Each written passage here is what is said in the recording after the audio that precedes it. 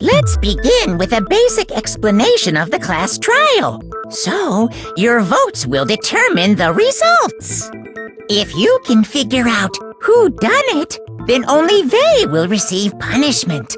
But if you pick the wrong one, then I'll punish everyone besides the blackened, and the one that deceived everyone else will graduate. Now then, to begin with... We already know who did it! Was that? It was Hiro. He does not have an alibi for when the murders took place, and we found him in that suit. Don't try and deny it! You killed them! I didn't! Someone knocked me out! I was asleep the whole time! I don't know anything about it! Shut your murdering mouth, murderer! Who are you calling a murderer? I am sorry to say, Hiro, but we do have evidence. Blueprints for the suit. Parts we assume were used to build it. And all of it was found in your room. You have to admit, the evidence is quite compelling. It points to you as having created the suit and wearing it while committing crime after crime. How many times do I have to tell you? I don't know!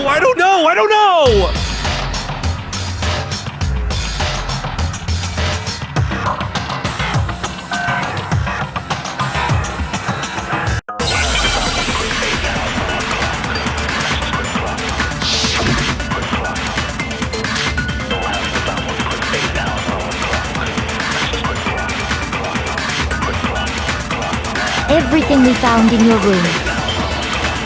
The blueprints, the suit parts, they are all proof enough that you are the culprit.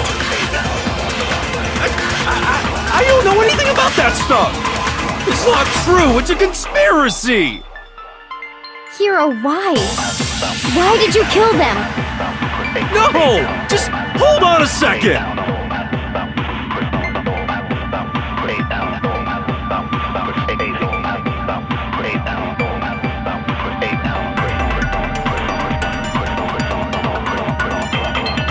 Everything we found in your room. The blueprints, the suit parts, they are all proof enough that you are the culprit. I don't know anything about that stuff!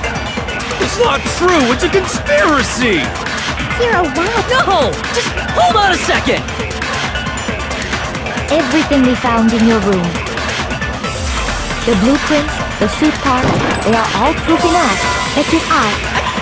It's not true! It's... Hiro, why? No! Just hold on a second! Everything we found in your room. The blueprints, the suit parts, they are all... No, that's wrong!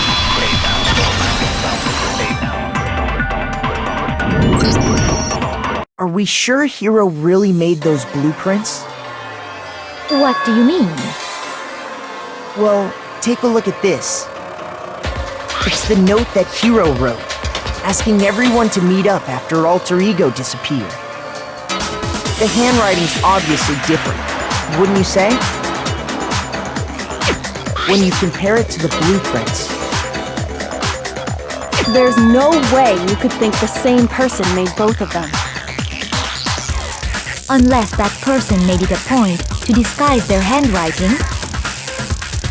No, the differences are bigger than that, I think. Come on! I'm not smart enough to think of trying to change my handwriting anyway. So Makoto, are you saying you don't think Hiro's the culprit? And he's not the only one.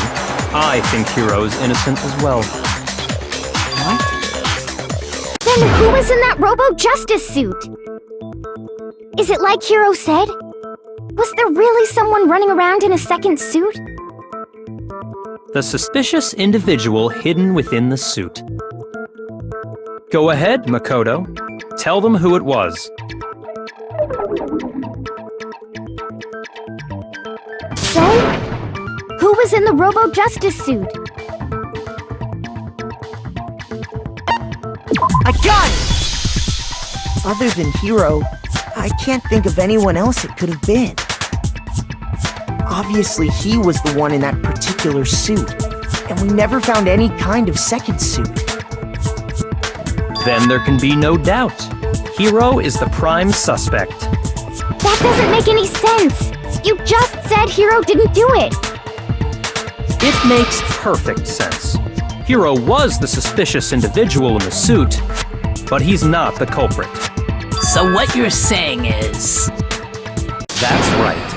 The culprit in this case has nothing to do with being in the Robo-Justice suit.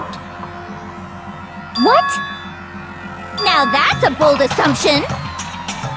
And what reason do you have to make such a statement? You do have a reason, yes? Of course. But before we get to that, there's something else we need to clarify first. So let's get that out of the way. Hey, stop trying to boss us around!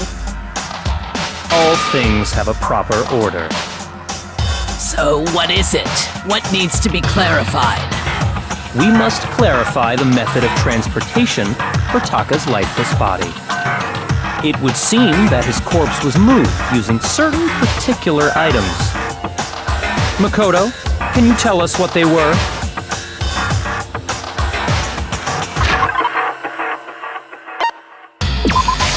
I got it!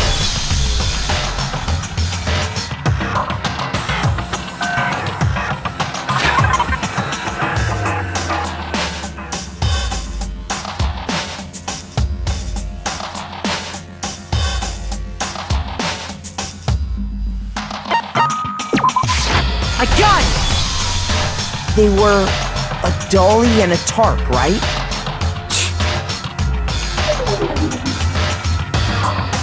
So, let's see if I can explain. Taka's body disappeared from the equipment room, and then we rediscovered it in the repository. And when we found it for the second time, it was wrapped in a blue tarp, right? It was the same tarp that, up until then, was stored in the equipment room. So the killer must have seen it there, and decided to use it when they moved Taka's body. That way, they wouldn't leave any bloodstains while they were moving it. Okay, that explains the tarp. And the dolly? Same thing. I'm sure the dolly was in the equipment room when we first found Taka's body there. But when the body disappeared, so did the dolly. Later, when Taka's body reappeared in the repository, so did the dolly. In other words, you think they used the dolly to move the body, am I right? But are you sure you are not mistaken? Huh? Are you absolutely positive the dolly was in the equipment room when we found Taka's body? That dolly was made specifically for moving large objects between the repository and the art room. It would be very strange indeed to discover it had made its way to the equipment room. Is it not possible that it was in the repository all along, and you simply didn't realize it? She's raised an objection. How do you respond? There is no shame in being wrong. Nobody expects much from you anyway. We have all accepted the fact that you rarely understand what is going on around you.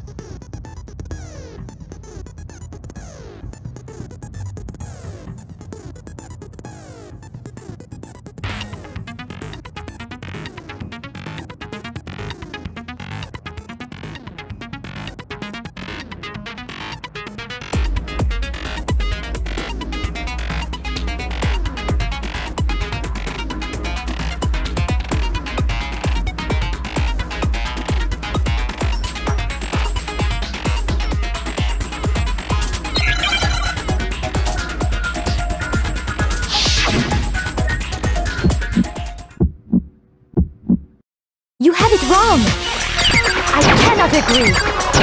You are a fool. So pathetic. Lies will get you nowhere. Away with you! You miserable wretch! I cannot agree. You are a fool. Lies will get you nowhere. Do your worst, you miserable wretch. You have it wrong. I cannot agree. You are a fool. So pathetic. Lies will get you nowhere. Do your worst. Away with you. You miserable wretch. I cannot agree. This should prove it.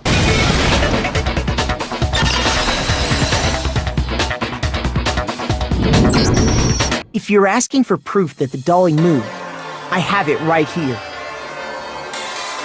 When I found the dolly in the repository, one of the wheels had a blood stain on it. There was a pool of blood in the equipment room with a tire mark in it that matched the dolly wheel's trail. The killer probably rolled the dolly through the blood on accident as they wheeled the body out of the room. And as the blood dried on the tire, they moved the body into the repository. So there's my proof that the dolly was used to move Taka's body.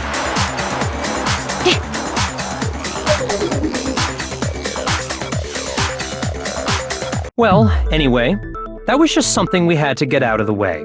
Let's get back to the main subject. Yeah, the subject of how Robo Justice didn't do it. Because if it's not a killer robot, then what kind of robot is it? I'm not sure that really matters. I'd be happy to explain why the occupant of the suit couldn't possibly be the killer. If you look back on how the body was transported, it will become immediately obvious.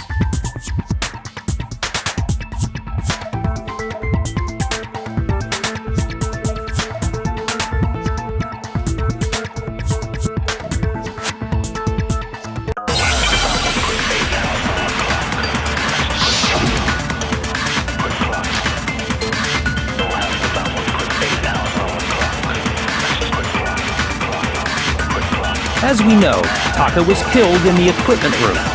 And from there, the body was moved to the repository, correct? Yeah, the culprit wrapped the body in the tarp, then loaded it onto the dolly and wheeled it off, right? Now, keep in mind that the dolly doesn't have a handle. Well, yeah, but even without a handle, all you'd have to do is bend over. No, that's wrong.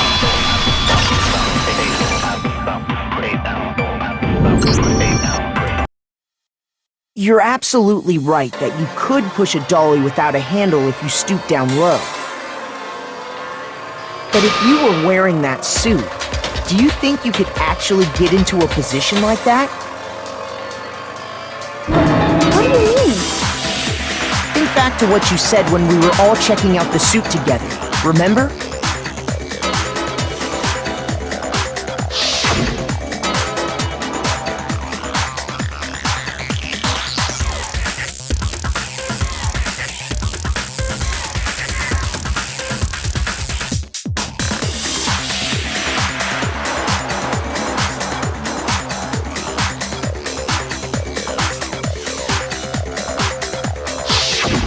When you're in that suit, not only can you not see your feet, but you can't even bend at the waist. Am I right about that? Now that you mention it, yeah. It seems like it'd be awfully hard to push that dolly if you couldn't bend over. Well, what's to stop you from simply pushing the dolly with your feet? When you can't even see your feet? You really think someone could kick the dolly all that way? Yeah, it'd be totally impossible! Not that I can say for sure myself. On top of that, if you were wearing such a rigid, cumbersome suit, it's very unlikely you would have the dexterity to go about wrapping the body in a tarp. Well, I mean, isn't that just a matter of taking off the suit when you're ready to move the body?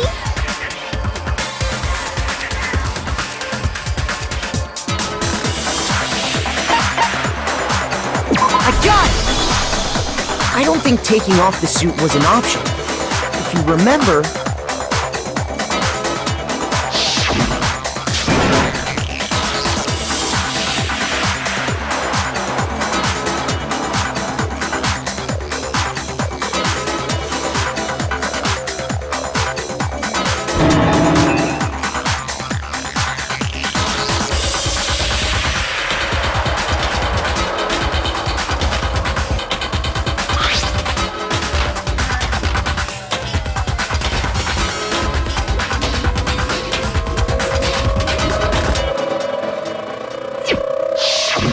That's true. It seems impossible to put the suit on or take it off without help. Then, you really can't take it off by yourself? Hiro wasn't just making it up? Of course I wasn't making it up. If he could have gotten it off by himself, I don't think he would have let us see him wearing it. Showing up in the suit was basically an invitation for everyone to suspect it.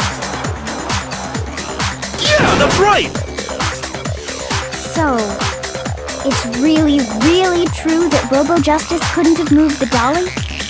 To be clear, whoever did move the body, it couldn't have been Hiro in the robot suit, correct? No, wait. Just a second, if you please. Have you forgotten about the picture that I took? You all got a good look at it, did you not?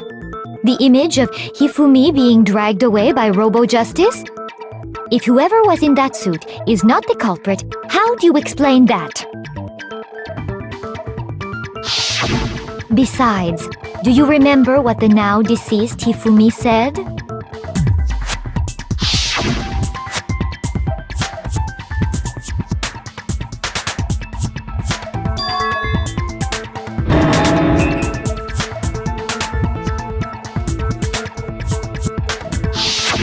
So long as those facts exist, the proper conclusion is beyond question. The individual inside the suit and the culprit are one and the same.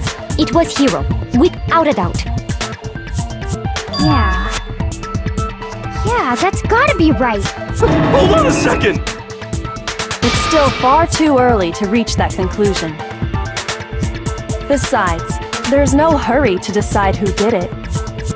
Before we rush to a verdict, shouldn't we explore every single possibility? Instead of seizing on one viewpoint, the truth is uncovered by analyzing things from every angle. Perhaps, but where do we go from here? Let's review this series of unfortunate events from the beginning. Maybe we'll uncover something new. What a pain in the ass! I don't disagree, but our lives are on the line. If this is what it takes, we have to do it. Plus, maybe we'll get to find out where the heck Kyoko was when everything went down. All right then, let's take another look back at what happened. I suppose we could start with this morning.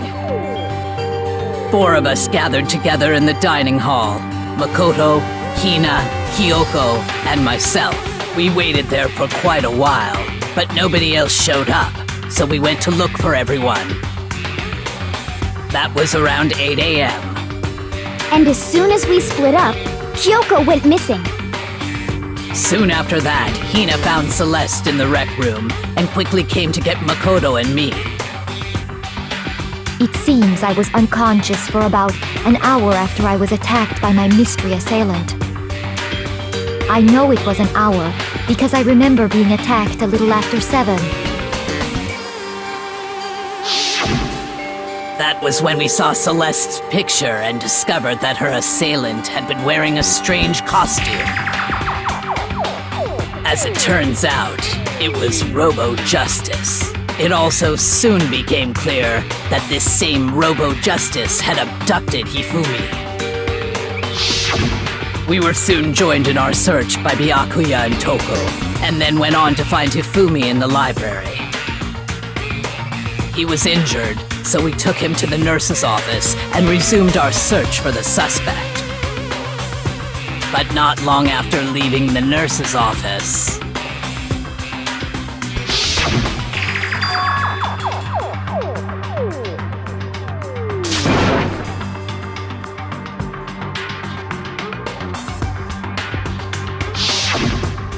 When Celeste told us that, we decided to split up and search the second floor. And soon after that, I saw someone moving around on the third floor, and I yelled out to everyone as soon as I did.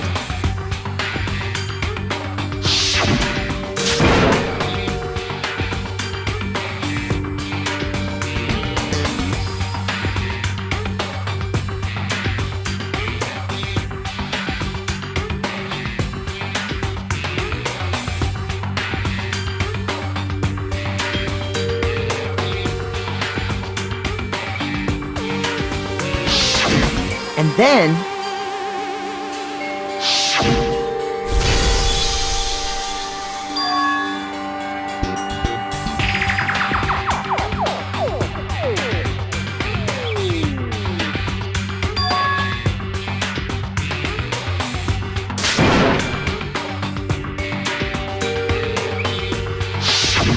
At that point, we decided to divide up into two groups.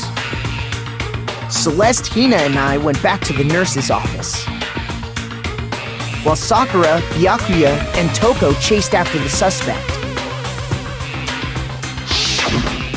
When we got back to the nurse's office, we found Hifumi, dead. And that's when we heard the body discovery announcement.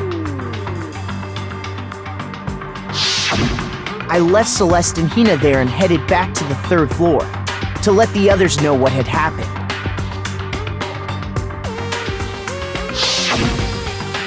meanwhile, we had just discovered Taka's body in the equipment room. We must have found both bodies at almost exactly the same time, because we heard the same announcement not long after we discovered his body. And that's when I told you guys about Hifumi. Then the three of us headed for the nurse's office. But right after we left the physics lab, we ran into Celeste, who'd arrived after us, and she told us something very surprising.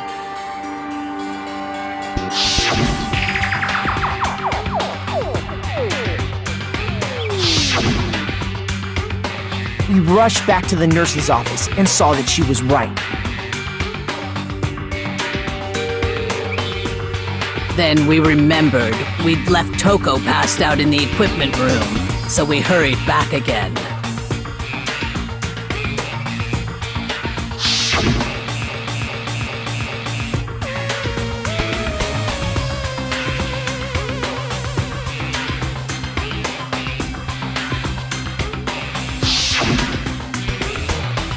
But when we got there, we discovered that now Taka's body had also gone missing. Next thing we knew, we were searching the school for 2 missing dead bodies. And after some time, Celeste informed us that she'd found the bodies, and we all headed to the repository.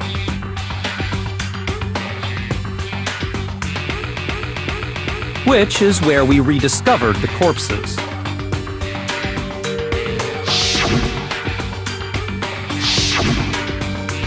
I think that about covers it.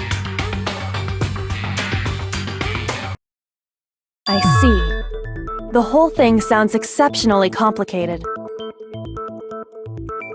It certainly seems to me that these are not a simple series of connected events. Okay, well, if that's true, then what?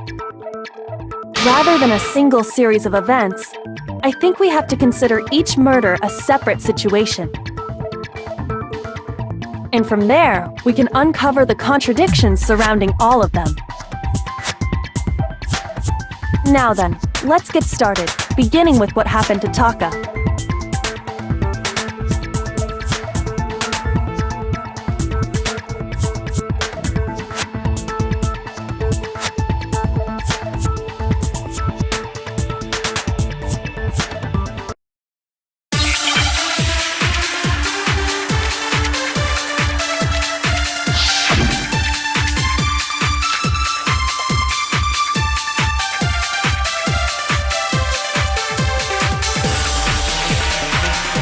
So, regarding Taka's death, I wonder if he died before Hifumi.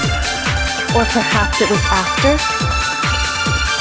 We already know what order they were killed in. Taka came last. What makes you say that? Because of the numbering of the Justice Hammers.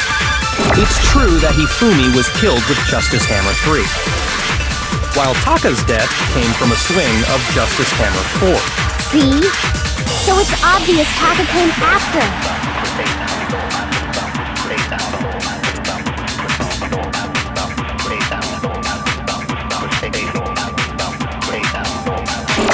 So, regarding Taka's death, I wonder if he died before Hifumi.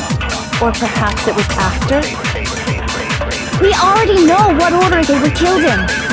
Taka came last. What makes you say that?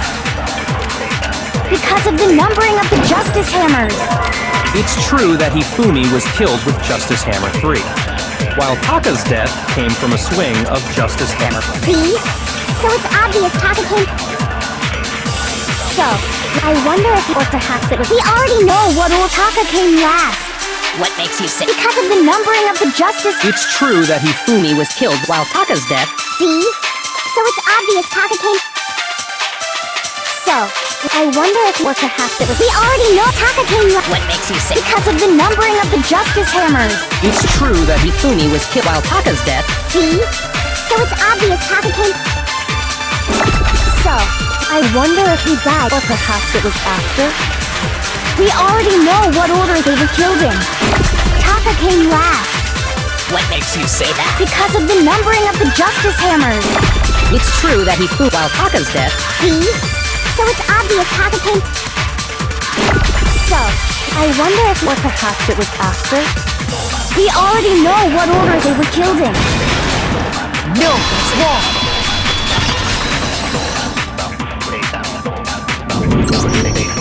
Hold on. There's no reason to assume that the hammers were used in the same order as their numbers. If anything, that's just another way the killer tried to disguise their actions. So you're saying the culprit wanted us to think the hammers were used in order, but in reality, Taka was killed before Hifumi? Okay then, let's see the proof.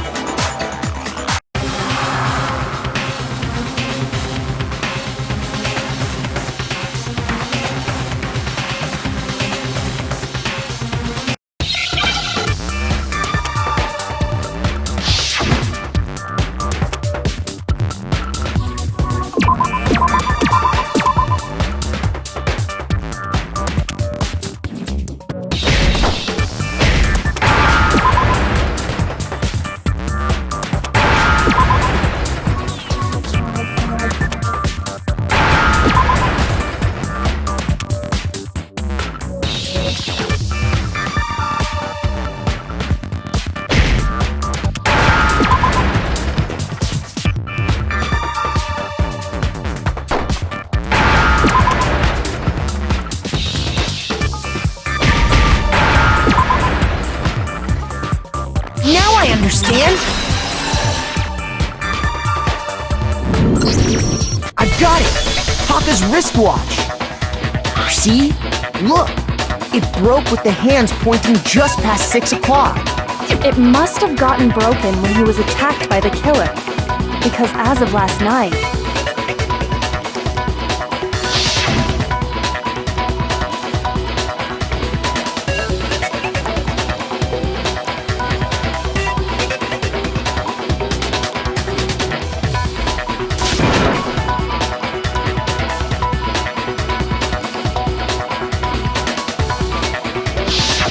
So if it wasn't broken after 6 last night, then he must have been attacked around 6 this morning. And that would be his official time of death. But if that's true, then he was killed well before Hifumi. And before Celeste was attacked this morning, which happened around 7. That's right. Taka was killed before any of the other incidents took place. That simple fact slipped past all of us. We made the wrong assumption about the order of events, all because of those justice hammers. That's exactly why the culprit wrote the numbers on each hammer and had them increase in size. That way, when we saw how they were used in each incident, we'd easily make that wrong assumption. Now, if Taka was killed around 6, then everyone's alibis for his murder go out the window. Because when he was killed, we hadn't met up in the dining hall yet. That may be true in the case of Taka's murder. But all of our alibis still hold true for Hifumi's death. That's right. With him, at least, we're all safe.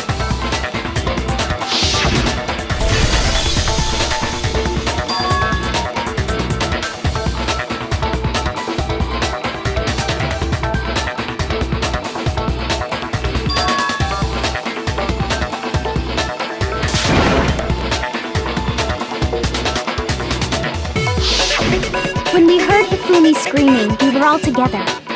Except for Hiro and Kyoko. Then we all ran down to the nurse's office, and that's where we found his body. That's totally true! We're all in the clear! Oh, I know! They must have recorded him screaming on a tape or something, then played it later on! If that's true, where's the tape? I don't know. Don't just go making stuff up! Anyway, we all have rock-solid alibis for when we heard Hifumi scream. Since all of us were there together, clearly none of us could have killed him. And it does not stop there. There was also the moment when we discovered his body had disappeared. When his body vanished from the nurse's office, Hina and I were in the bathroom together, while everyone else was in the equipment room, correct? And then there's the disappearance of Taka's body from the equipment room. At that time, we were all gathered together in the nurse's office because of Hifumi going missing. Well, don't forget, I was passed out in the equipment room the whole time. Wait, then what if Genocide Jill did it? She could have dragged Taka's body out of there right then! Even if she could pull that off, there's no way she could have done the same with Hifumi's body. Because, as we just established, she was passed out in the equipment room when his body disappeared. Besides, I didn't do either of them anyway. In other words, it is impossible that any of us could have killed Hifumi or moved either of their bodies.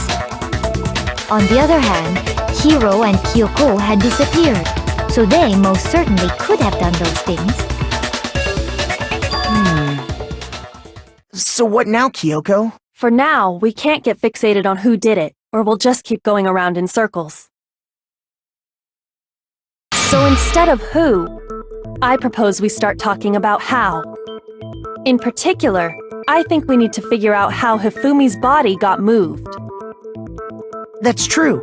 We searched everywhere, but we couldn't figure out how to explain his body disappearing. And according to what Celeste said,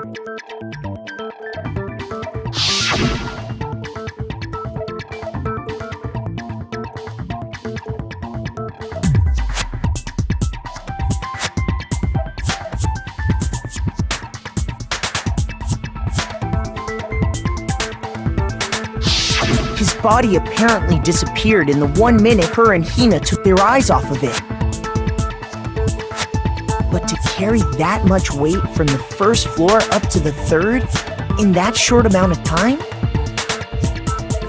Oh man, yeah! There's no way! It'd be impossible!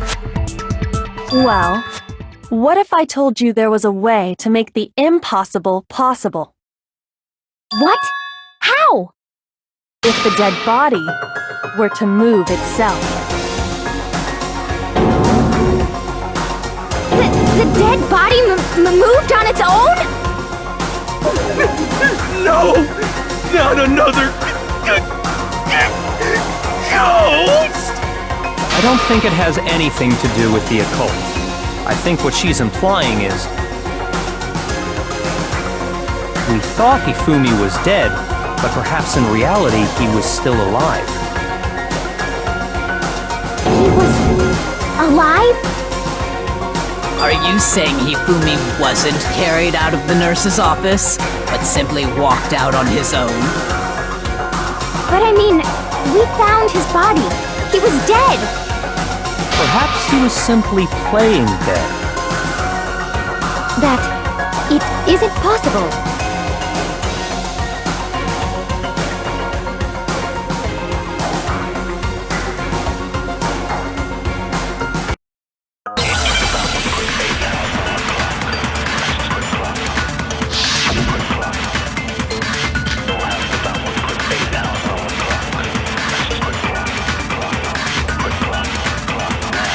Are you saying that when we first found Hifumi in the nurse's office, there's a chance he was actually still alive? No, it is impossible. Hifumi was dead, without a doubt. And you know that how?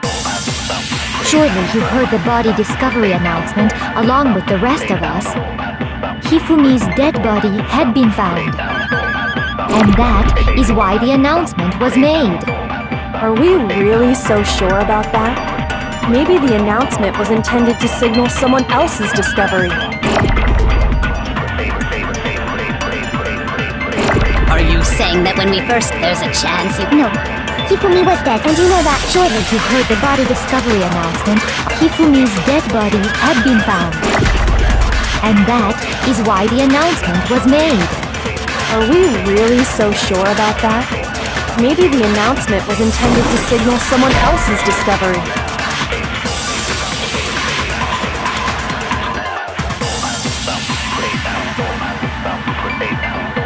Shoot!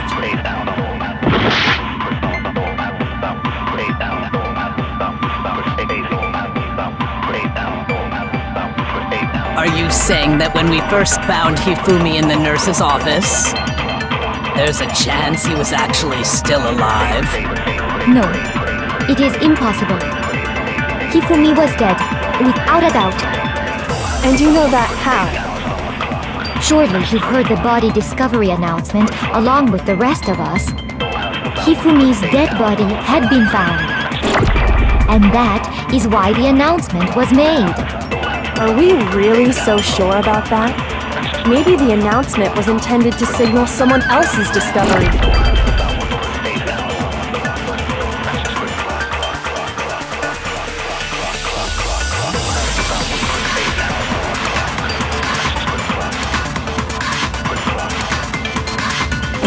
Are you saying that when we first found Hifumi and then there's a chance he was actually... No, Hifumi was dead. And you know that surely you heard the body discovery announcement along with the rest of us. Hifumi's dead body had been found. No, he's wrong!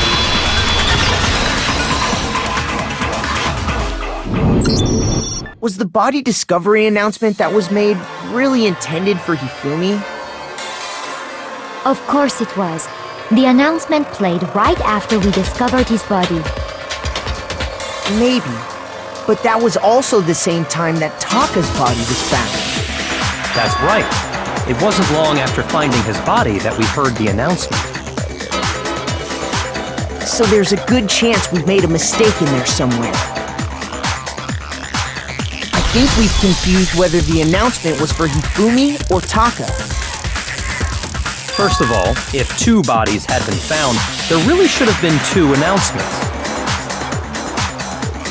Maybe Monokuma simply got lazy and rolled them together into one. What do you say, Monokuma? Any comment?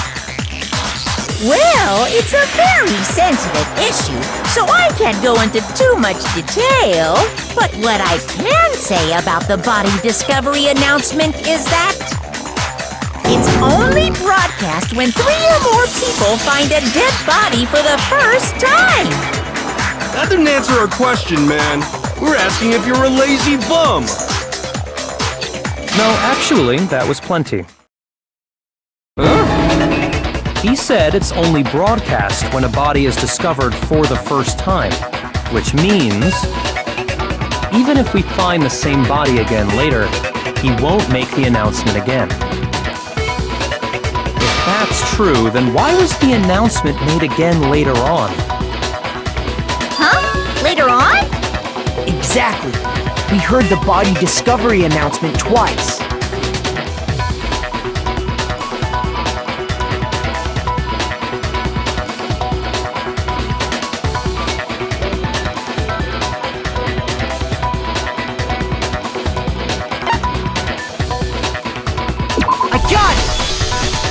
We heard it a second time in the repository, when we rediscovered the two bodies.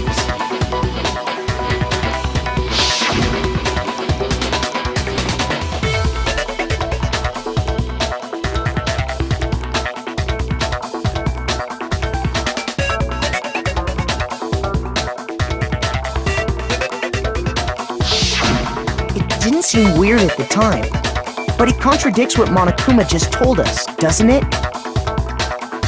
Exactly. If we were actually rediscovering both bodies, the announcement shouldn't have played. And in reality, when the two dead bodies were rediscovered, one of them was actually being discovered for the first time.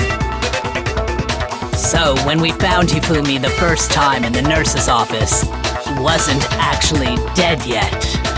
Meaning, he wasn't actually found dead until we came upon him in the repository.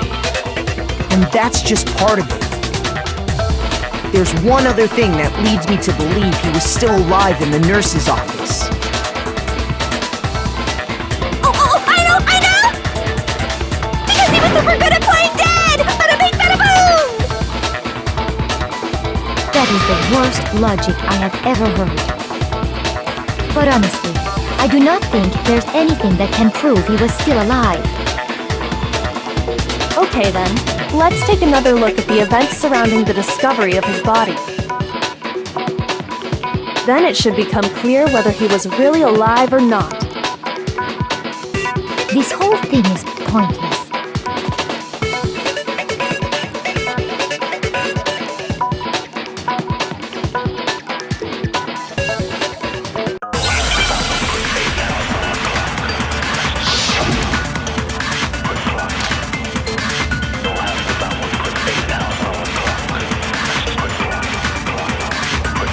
Well, here's one thing we do know. The first time we found Hifumi's body was in the nurse's office. And then, while me and Celeste were in the bathroom, his body disappeared. And the next time we saw his body, it was in the repository. But when you compare his body before being moved and his body after being moved, other than the change in how it was positioned, there was no notable difference. No, it's wrong!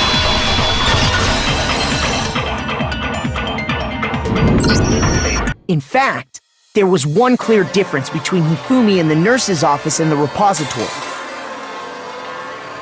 His glasses. That fact alone proves that he was only playing dead in the beginning. Perhaps you'd like to fill the rest of us in? When we found Hifumi in the nurse's office, his glasses were covered with blood.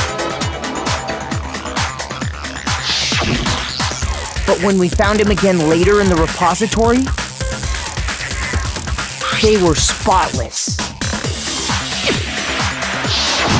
And I found the item he used to wipe them clean in the nurse's office trash can.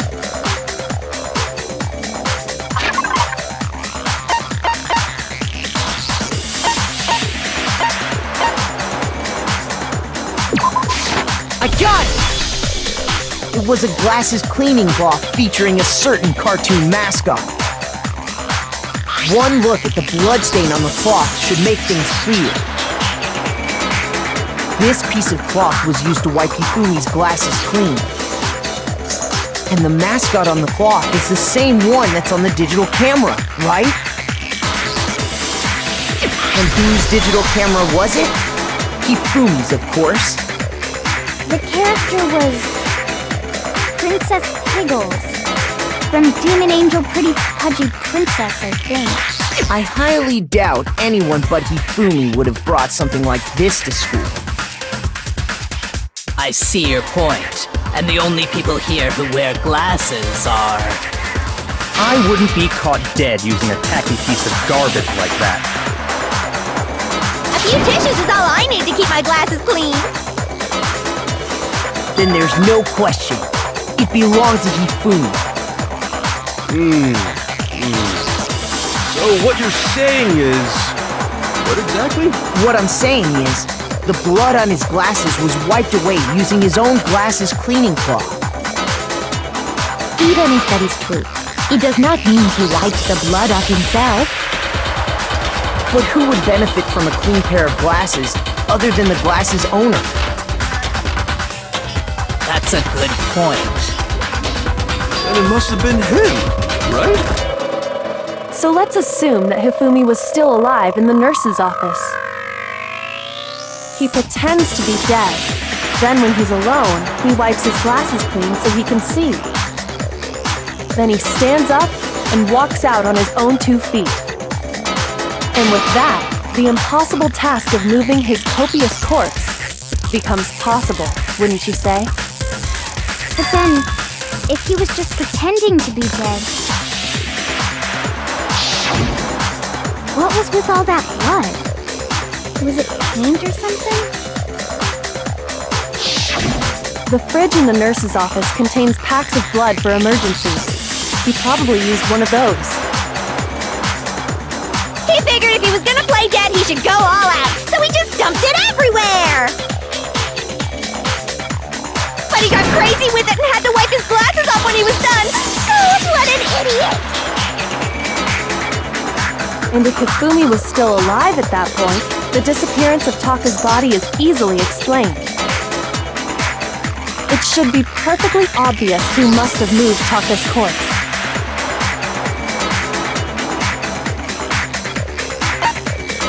I got it!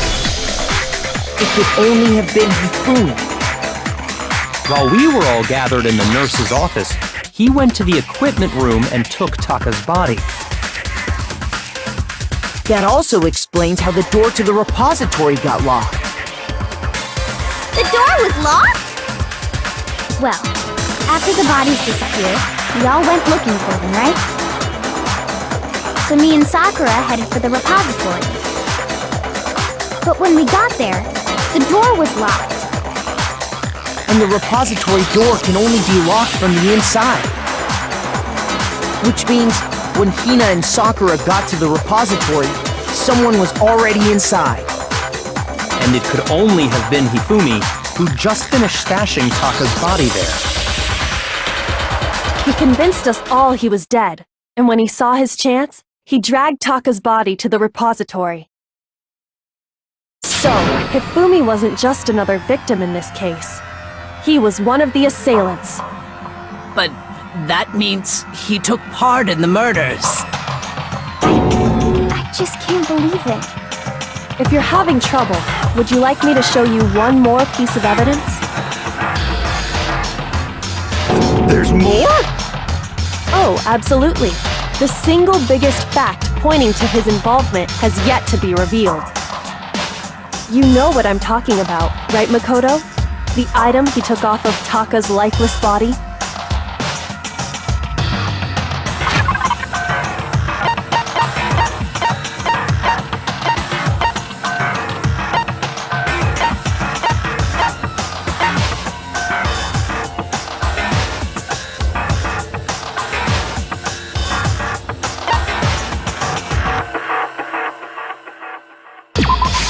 I got it! You're talking about the note Hifumi had hidden away, aren't you? Hidden note? That's right. We found it stuffed in his pants. What? In his pants? Yes, his pants. Okay, well, forget about the pants for now. Take a look at what the note says.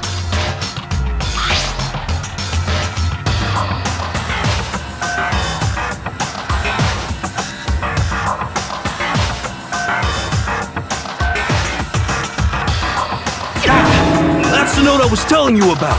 The one that told me where to go. Huh? Wait, this one's a little different. In my note it said, Monokuma can't find out, so don't tell anyone else for now. Let's meet in the rec room at 1 a.m. See, then this note isn't the same one Hiro got. It's not the same? In other words, the killer got in touch with another person besides Hiro. And that person could only have been... I got it! That's right! Taka!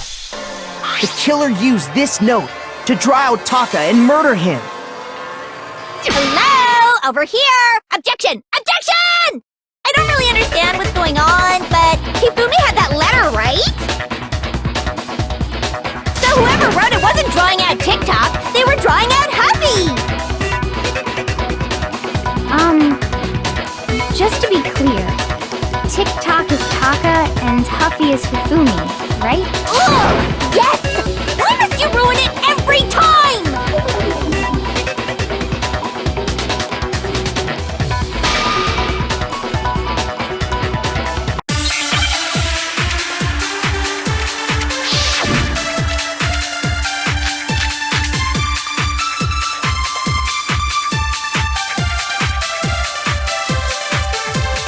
Huffy had the note, right? Then the person it was intended for must have been Huffy! But remember what the note said. What time did it say to me? 6 a.m., I believe.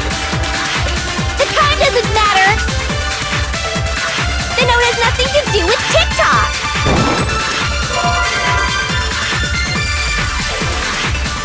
Huffy had the note, and the person it was must have been Huffy! But remember what time did it... 6 a.m. The time doesn't matter! The note has nothing to do with TikTok! No, that's wrong!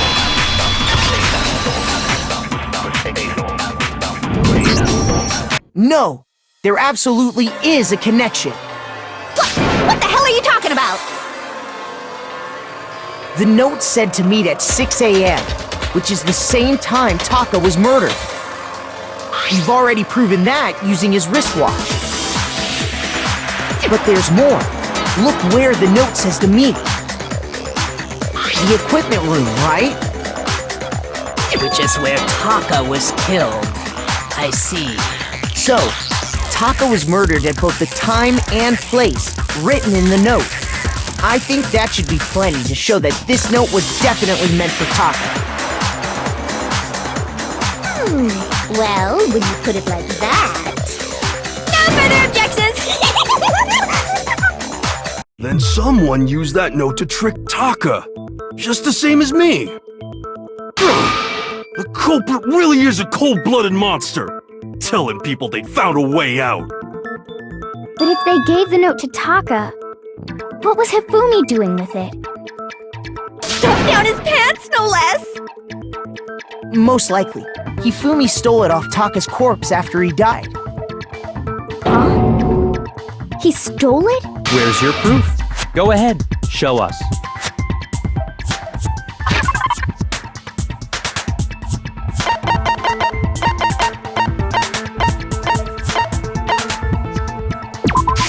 I got it! When I searched Taka's body, I saw that his lifeless hand was gripping a small scrap of paper. If I'm right about this, the sheet of paper this piece came from is... I knew it! It fits perfectly with the note we found hidden on Hifumi. Then Taka's scrap and Hifumi's note. Yup, they're from the same piece of paper. Hifumi had the note meant for Taka, while Taka's corpse still grasped a small piece of that note. There's only one way to explain it. Taka died clutching the note. Hifumi tried to free the note from his death grip, leaving behind only one small scrap. Did I get all that right? That means Hifumi knew the note was important. Exactly. Which proves that he was an accomplice in the murder. Whoa. Yeah. After seeing all this, Hifumi was super involved in this whole thing for sure. In fact, he was behind the whole thing. In fact, he's still alive! Sorry, no. When we found him in the repository, Hifumi was truly and completely dead. The second body discovery announcement proves that. So then, who killed Hifumi? Whoever did is the mastermind, the true killer. He was killed in the repository, so he must have been killed not long after transporting Taka's body. So, he must have been killed after Taka's body vanished, but before we found both bodies in the repository. During that time, we'd all split up and were searching for Taka's missing body. In other words, during that time, none of us have alibis. Wait, but me and Sakura were together. Stop trying to steal the spotlight, you stupid walrus! Who are you calling a walrus? Anyway, when they were killed bothers me too. But there's something that's been bothering me even more. And what might that be? The weapon they used to kill Hifumi! The weapon? Yeah, because I mean, according to the Monokuma file, the way Taka and Hifumi were killed was almost the same, with them having similar fractures and all. But Justice Hammer 3 and 4 were still laying around in the nurse's office and equipment room, right? So if Hifumi was killed in the repository, the culprit would have had to grab one of the hammers, kill Hifumi, then put the hammer back where they found it. But wouldn't that be seriously risky for him? I'm surprised. It seems there's some semblance of a brain knocking around that skull of yours after all. Hell yeah, it's packed in there good and tight. He's right, though. I don't understand it either. The Monokuma file makes it clear that they were killed using similar instruments. But if the hammers were already laying around those other rooms... So the question is, how could the culprit have gotten their hands on either of the hammers? Personally, I haven't a clue. So which hammer was used to attack Celeste? Number 1 or number 2? Those were accounted for in other rooms too. And I don't think either one is big enough to kill someone.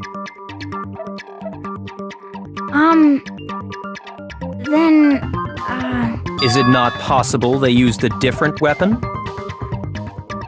I don't think it is possible. They were both killed with the same kind of thing, right? So then, what was used to kill Hifumi?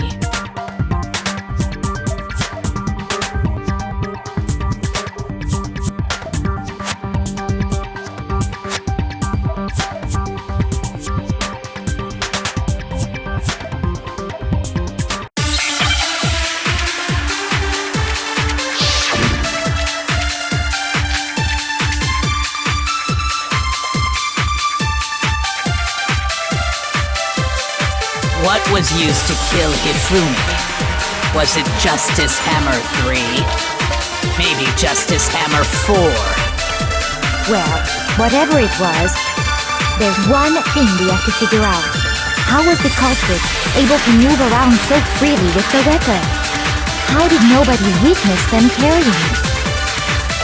Sounds like a Justice Hammer 5 is about to make its appearance! Check out murdergear.com/hammertime for more info! Well, one thing seems pretty clear. The murder weapon had to be one of the Justice... No, that's wrong!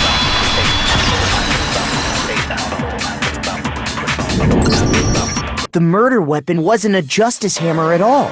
No, it was something completely different. But, seriously? A different weapon? Specifically, a hammer from the repository. The killer could have easily used that to kill Hifumi.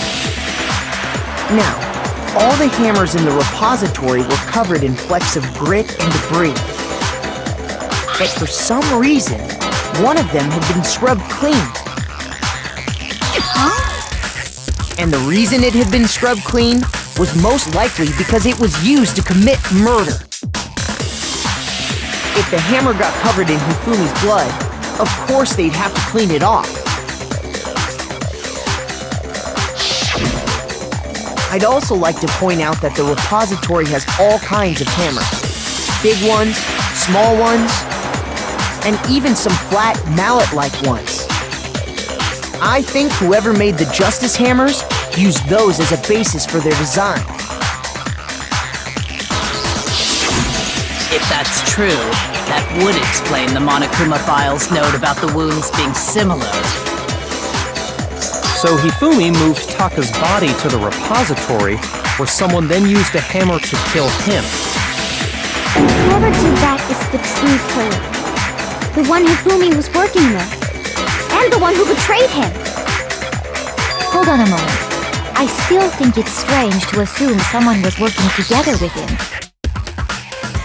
The way the graduation rule works, there is no benefit to helping someone else carry out a murder. So the idea that anyone would work together like that is simply ludicrous.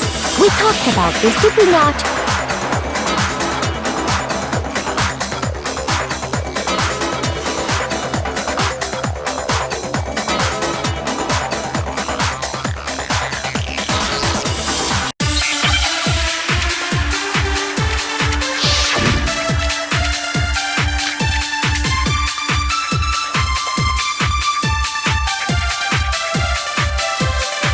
Based on the rules that have been laid out for us, even if more than one person is complicit in the murder, only the one who actually carried out the act can graduate and survive. Assuming the rule holds true, it is simply impossible that two people work together on this. That is how the rule was explained to us. But that only really applies if there's one murder, right? In this case, however, there were two murders.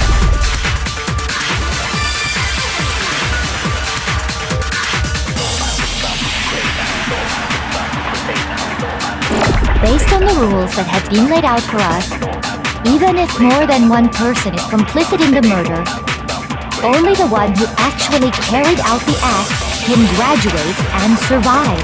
Assuming the rule holds true, it is simply impossible that two people work together on this. That is. But that only really applies. In this case, however, there were two murders. Based on the rules, even if more than one, only the one who actually carried out the act can. Assuming the rule holds true, it is simply. No, it's wrong!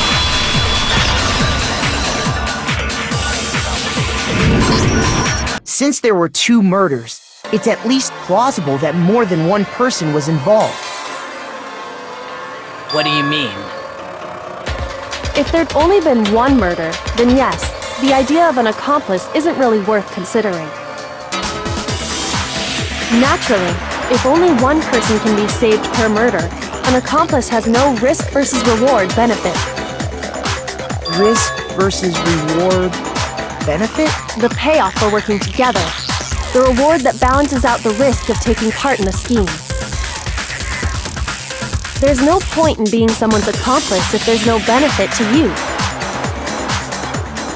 However, if there were some potential mutual reward for the risk, then cooperation becomes possible.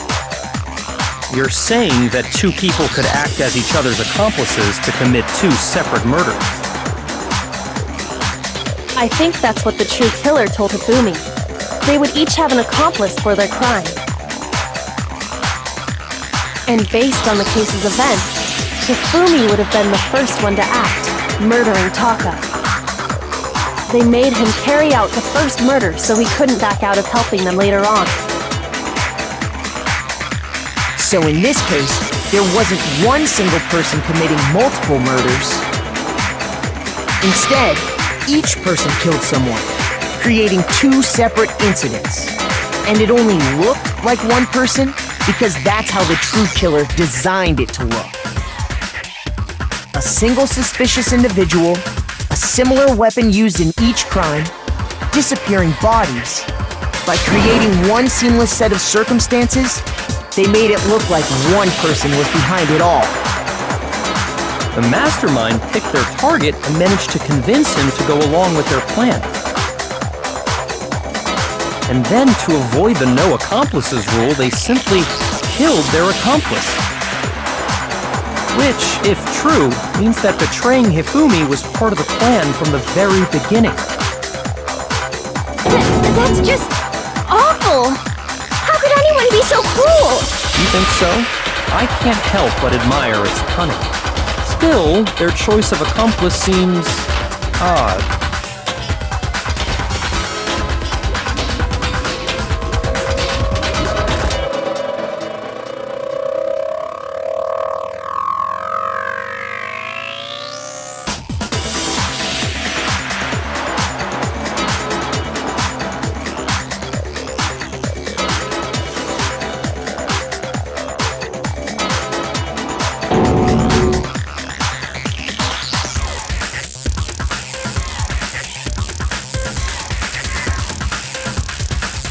I understand how an accomplice could be involved, but then who was the one pulling Hifumi's strings? That's problem numero uno right now!